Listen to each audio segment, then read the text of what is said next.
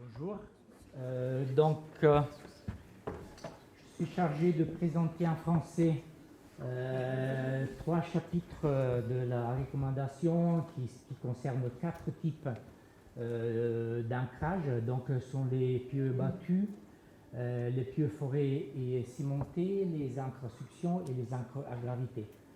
La présentation doit rester très générale et générique. Je ne vais pas rentrer dans les détails. Et donc, les pieux d'abord sont des éléments qui ont un rapport entre la longueur et le diamètre supérieur à 10. Et qu'est-ce qu'il faut tenir en compte pour le projet géotechnique? C'est principalement la capacité axiale, latérale, l'intégrité structurelle des pieux, les déplacements latéraux, l'interaction entre la partie axiale et latérale, l'effet de la torsion et la faisabilité des installations principalement, au-delà d'autres éléments généraux comme l'érosion, la liquéfaction et la stabilité générale. Donc plusieurs choses. Nous, dans les recommandations, se focaliser sur seulement deux éléments, les pieux battus et les pieux forés et cimentés.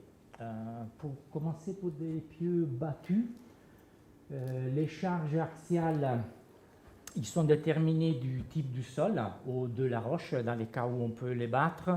De la cimentation, qui est un élément très important, comme vous allez voir, et aussi la flexibilité, les effets des charges cycliques et le creep, le fluage. En particulier, pour ce qui concerne les sables siliceuses, on fait référence au du classique, donc ce sont les EPA, les standards. Un cas particulier sont les sables carbonatés. C'est quelque chose qui, pour les pieux battus, c'est pas idéal parce que la cimentation va disparaître avec de fortes réductions de volume, donc un changement des états d'effort plutôt important. Et donc les recommandations sont finalement découragent l'utilisation de ce type de pieux pour ce type de sol. Voilà. Élément intéressant par contre et nouveau, je voudrais dire, sont les craies. Les craies, il y a des éléments historiques dans la publication du CIRIA qui est bien pour classer les types de craies, pour donner des éléments génériques et généraux. Par contre, à l'époque du CIRIA, il n'y avait pas trop en termes de tests. C'est pour ça que dans les dernières années, à partir des années 2010, il y a eu plusieurs recherches sur la craie en particulier que, à fur et à mesure que les données rentraient, ils étaient consolidés, je voudrais dire, dans le projet Alpaca, Alpaca Plus. C'est un effort, je dis, exceptionnel de faire des essais sur ce type de matériau qui est très particulier. Avec une gamme de diamètre importante. Je pense qu'ils sont partis d'une trentaine de centimètres pour arriver à 1,80 m, je pense, pas loin de ça, avec une méthodologie très intéressante, soit pour le battage, soit pour le calcul de la capacité axiale long terme. Il y a aussi du latéral, on verra après. Les effets des charges cycliques. Logiquement, pour les ancrages, en particulier des systèmes en semi-tendu et TLP, le poids de la partie permanente est relativement modeste et par contre la partie cyclique devient de plus en plus importante. C'est pour ça que la charge cyclique est un élément déterminant, fondamental. Et là, dans les recommandations, vous allez voir, il y a bien décrit les méthodes aussi avec référence à ce qui était dans la première édition des éoliennes fixes et posées. Donc, ce n'est pas le cas de rentrer dans les détails. Encore, il y a le projet SolCip qui a fait une synthèse très intéressante de ce qui était la connaissance à l'époque, qui après, en particulier pour la craie, était intégré pour le projet Alpaca. Et on rappelle que aussi à cause du comportement aux charges cycliques dans les sables carbonatés et dans les calcarénites, ce n'est pas une bonne idée de faire des pieux battus. Voilà. Pour ce qui concerne les charges, c'est un peu tranchant, mais c'est comme ça vient de l'expérience. Pour ce qui concerne par contre les charges latérales, la capacité latérale est plutôt difficile à avoir une rupture géotechnique pour les pieux traditionnels, flexibles. Et donc la limite pour le projet géotechnique sont les déplacements latéraux et l'intégrité du pieu. Le pieu, il ne faut pas qu'il doit rester dans une phase élastique finalement pour ne pas avoir des déformations permanentes. La méthode, ça reste plutôt du classique, donc on utilise les courbes PY. Et pour ceux qui sont les matériels normaux, donc les sables et les argiles, on reste sur ce qui est proposé par les standards. Et après, comme vous l'avez bien compris, pour les craies, c'est toujours une référence au projet Alpaca et Alpaca Plus qui a intégré des éléments qui sont sortis des résultats du premier projet Alpaca. Et bon, voilà. Les pieux forêts. Ça reste toujours des pieux, donc des éléments qui sont longs, idéalement, mais sont vraiment de mondes complètement différents. Il n'y a rien à voir entre ce qui est le comportement, en particulier en axial, des pieux battus et des pieux forêts et cimentés. La raison est que d'abord on les utilise dans des sols qui sont très différents, donc normalement dans les roches et dans les sols endurés. Et par contre, la construction prévoit de faire un forage, un borehole, et donc après d'y mettre un pieu et de faire le bétonnage, de pomper du ciment. Et donc les éléments qui sont très importants sont que le sol ou la roche va se décomprimer, donc un changement d'état d'effort importante, la phase de goutte qui est aussi très délicate, aussi l'utilisation des méthodes de forage qui prévoient de la boue pour laver les refus du drilling, c'est déconseillé parce que logiquement on va constituer un élément de lubrification entre la roche et les gouttes et aussi avec le pieu lui-même. C'est pas une bonne idée. Donc les recommandations le découragent. Et last but not least, il y a la borehole stability. C'est pas un sujet secondaire.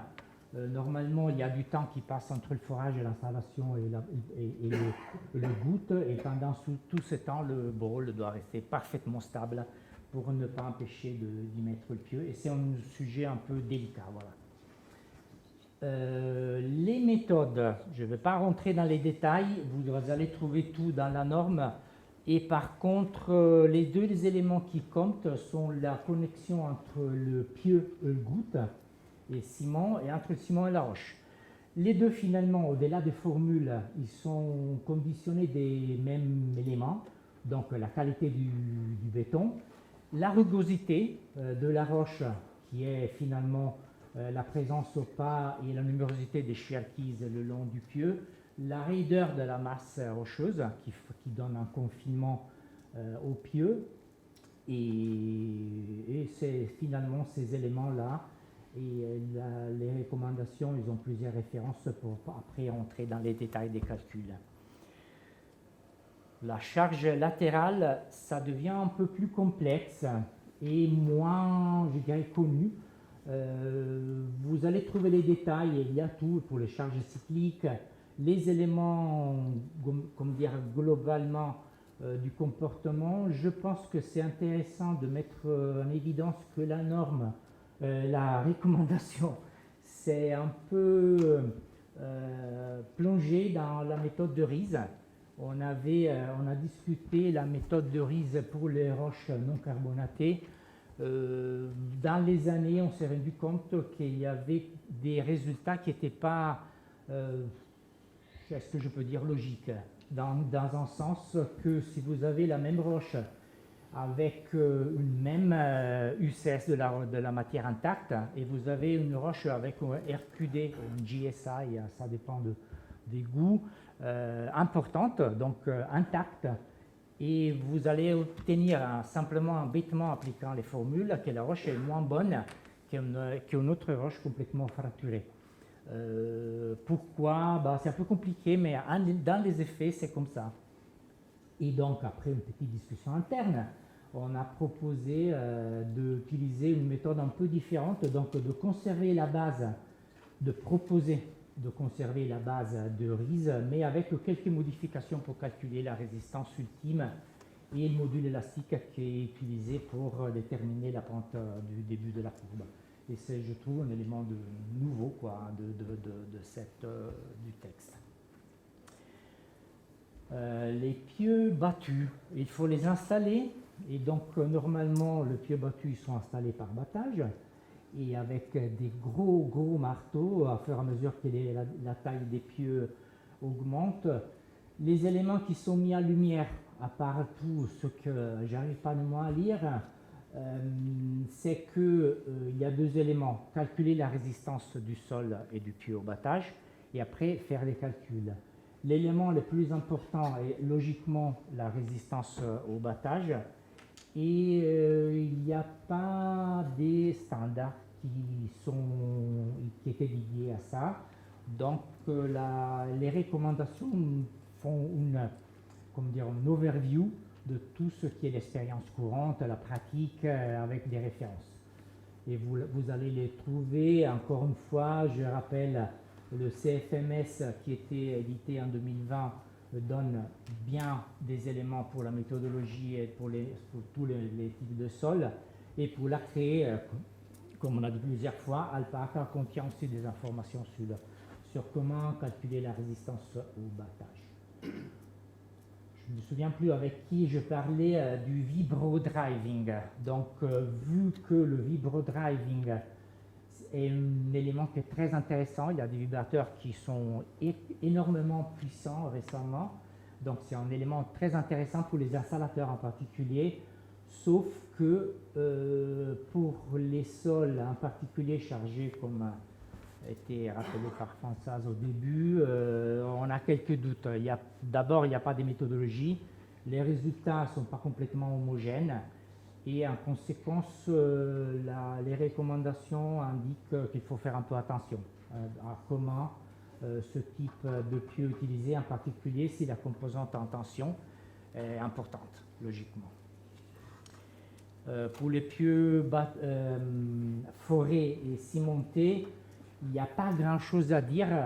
Ça ne veut pas dire que la chose est simple. En particulier, je dirais les trois éléments qui sont indiqués, la borehole stability, le drilling tool et l'utilisation de la boue pour laver le forage. Donc, la boue est découragée fortement. La borehole stability et en particulier le drilling tool sont des éléments très délicats parce que normalement, ça concerne la faisabilité, la rugosité que vous allez obtenir, j'avais oublié de rappeler ça, et donc ce sont des éléments qui sont très importants aussi comme la pratique du grouting, donc l'installation et le pompage du ciment, une phase en particulier en mer très délicate. Il faut finalement que le béton, le ciment monte de la base au top.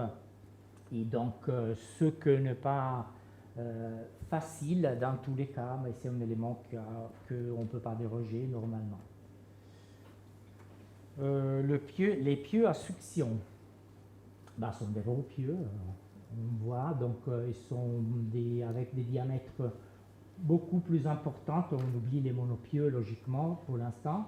Si on parle des pieux normalement, entre quelques mètres, là on peut arriver à une dizaine de mètres. Par contre, ils sont moins longs en proportion. Donc on ne va pas au-delà des ratios entre la longueur et le diamètre de 6 normalement. Ils sont d'abord, les recommandations comme était déjà évoquées sont limitées à ce qu'on connaît bien. Donc en particulier pour la nouveauté des chargements qui est beaucoup cyclique, il y a des ancrages où la tension permanente et cyclique elle est très importante. Donc on a préféré de se focaliser sur ce qu'on pense de connaître mieux. Et les éléments qu'il faut tenir en compte dans le projet sont grosso modo toujours les mêmes des pieux. L'élément qui est un peu différent est que la charge l'interaction entre moment, charge horizontale et charge verticale est beaucoup plus importante parce que tout est fait dans peu de diamètre. Vous n'avez pas un élément très long qui peut se partager un peu réponse latérale et axiale. Ici, tout est fait parce que vers tourné en bas que est le pure suction. Donc, pour ce qui concerne la capacité axiale, c'est du frottement latéral et de la capacité de base. Il n'y a pas trop de fantaisie sur ça. La nouveauté est que les pure suction, une fois que vous les tirez dans les argiles en tension, ils développent une capacité portante au contraire, qui s'appelle Reverse and Bearing Capacity en français, j'ai aucune idée. Et pour le reste, c'est plutôt du classique. Dans les argiles, pour la capacité latérale, on utilise une méthode alpha. Et après, vous allez choisir alpha selon que la pénétration est pour poids propre ou par suction. Quoi d'autre? Un élément important sont l'effet des éléments des raideurs que vous mettez à l'intérieur, qui peut logiquement changer leur composante de frottement interne. Quoi d'autre? Je pense que oui, il y a aussi la possibilité, il faut faire gaffe, qu'il ne se forme pas une fissure entre le pieu et, et le sol à l'opposé de la ligne de chargement, parce que là, ça peut un peu conditionner l'étanchéité qui est très importante, en particulier pour les pieux, pour les pieux dans les argiles. Et pour ce qui concerne la résistance horizontale, elle dépend fortement du point d'application de la force. Logiquement, si vous appliquez la force au top de votre pieu, il y a un moment qui est associé, donc qui va réduire un peu la capacité, et vous avez une résistance qui est plutôt modeste. Là, le facteur dans la formule, au lieu d'être 10, c'est 4, 3. Par contre, si vous êtes si malin et vous trouvez la bonne position, le pieu ne va pas tourner, il va simplement bouger en latéral et il développe pas mal plus, 3 fois plus, en 10, 11 de résistance. Et donc, c'est ce que normalement il faut faire dans ce type de pieu, en particulier pour les pieux d'encre, pour les encres à succion. Une fois que vous avez la capacité verticale et la capacité latérale, il faut voir comme les deux interagissent entre l'une avec l'autre. Normalement, c'est du classique, on utilise des domaines d'interaction, donc il y a deux exemples qui sont dans le texte. En horizontal, vous avez la force horizontale, en verticale, la verticale. Et comme vous pouvez voir, si la force est grosso modo à 45 un peu plus, les deux ils se bouffent l'une avec l'autre. Donc il faut faire attention et le projet doit tenir en compte forcément de ça.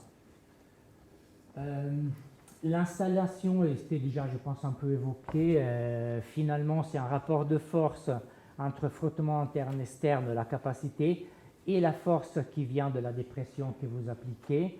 Il y a d'autres détails, mais ce n'est pas important, c'est la chose principale. Et calculer la pression, et c'est simplement un équilibre entre la force qui vient de la dépression de l'eau et les deux résistances que je viens d'évoquer. Et c'est tout, à part le fait que la carotte dans le pieu se peut soulever, mais c'est un élément, disons, secondaire, si vous voulez, à tenir en compte, clairement, mais pas fondamental globalement pour déterminer l'installation.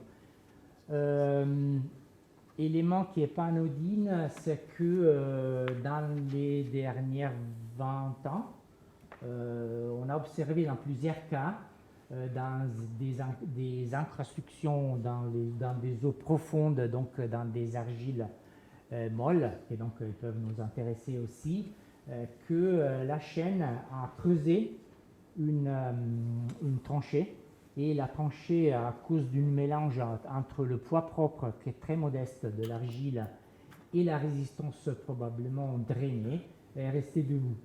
Et donc, on a creusé une longue tranchée Et la recommandation indique qu'il faut s'informer sur ça. Il faut un peu tenir en compte si cette possibilité existe.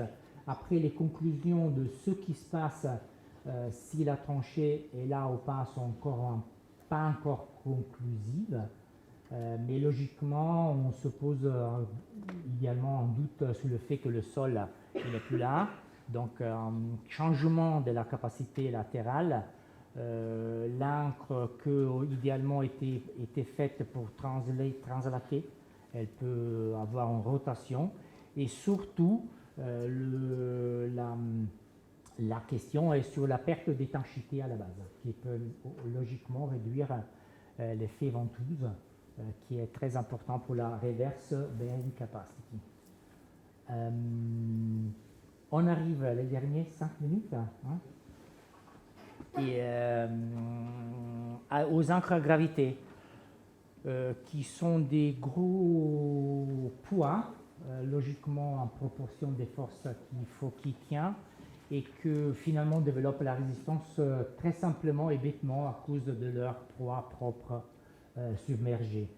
Donc on les utilise dans des sols qui peuvent développer des résistances horizontales intéressantes, donc, et sans s'enfoncer trop. Donc également pas dans les argiles molles.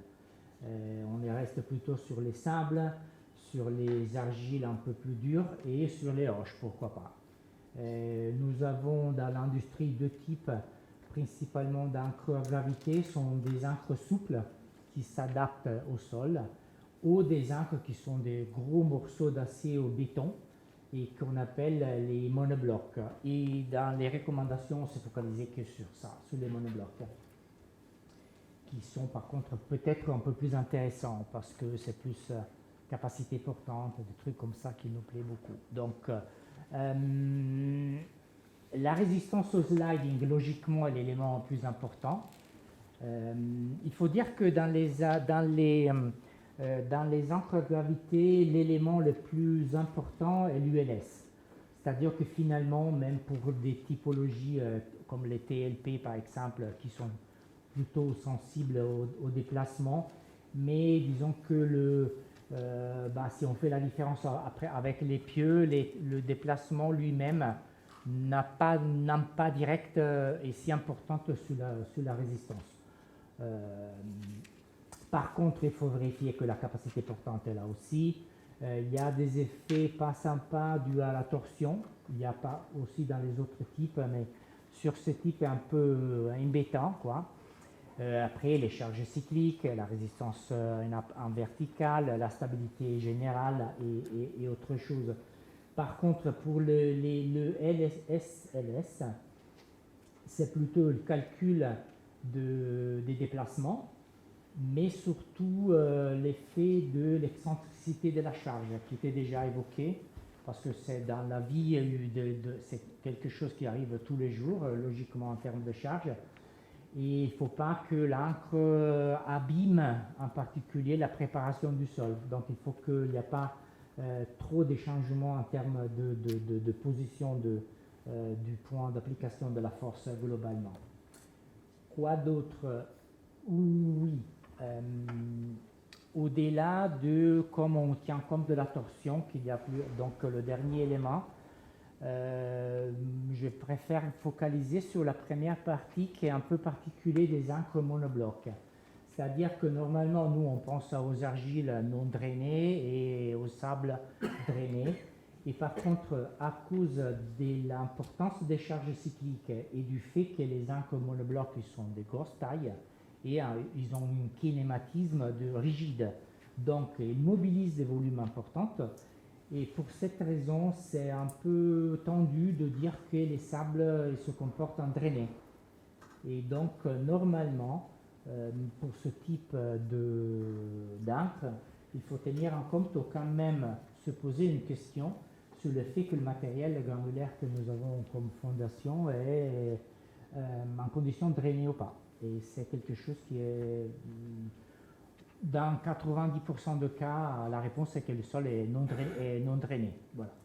Et même donc pour la partie du sliding, il faut tenir en compte Et apparemment, même s'il y a une préparation de sol avec des matériaux qui sont granulaires de grosse taille, donc type ballast, on se pose la question si le matériel, même un matériel de cette taille, est drainé ou pas. Et normalement, la réponse est qu'il est non drainé. Donc, c'est un élément que la recommandation met en évidence. Pour le reste, je me doutais de présenter ça, c'est du classique, mais je pense qu'il n'y a pas tout le monde qui peut avoir cette connaissance. Dans les encres de ce type, il faut tenir en compte de l'interaction entre les trois composantes de la charge, horizontale, verticale et aussi le moment. Donc la position du point d'application, il y a plusieurs points de vue. Vous avez des diagrammes d'interaction ici, direct, donc vertical, horizontal et moment, où vous commencez à vous débarrasser du moment en récalculant l'excentricité et après vous construisez un modèle de résistance normale, donc verticale et horizontale, normalisée. Et voilà, c'est tout. Donc après, je pense que c'est la dernière slide. Donc, j'ai simplement rapidement évoqué 5 éléments qui sont rappelés dans les recommandations. Donc, il faut aussi calculer la distribution des efforts parce que ça sert à qui fait le béton pour dimensionner la taille et le ferraillage ou l'acier.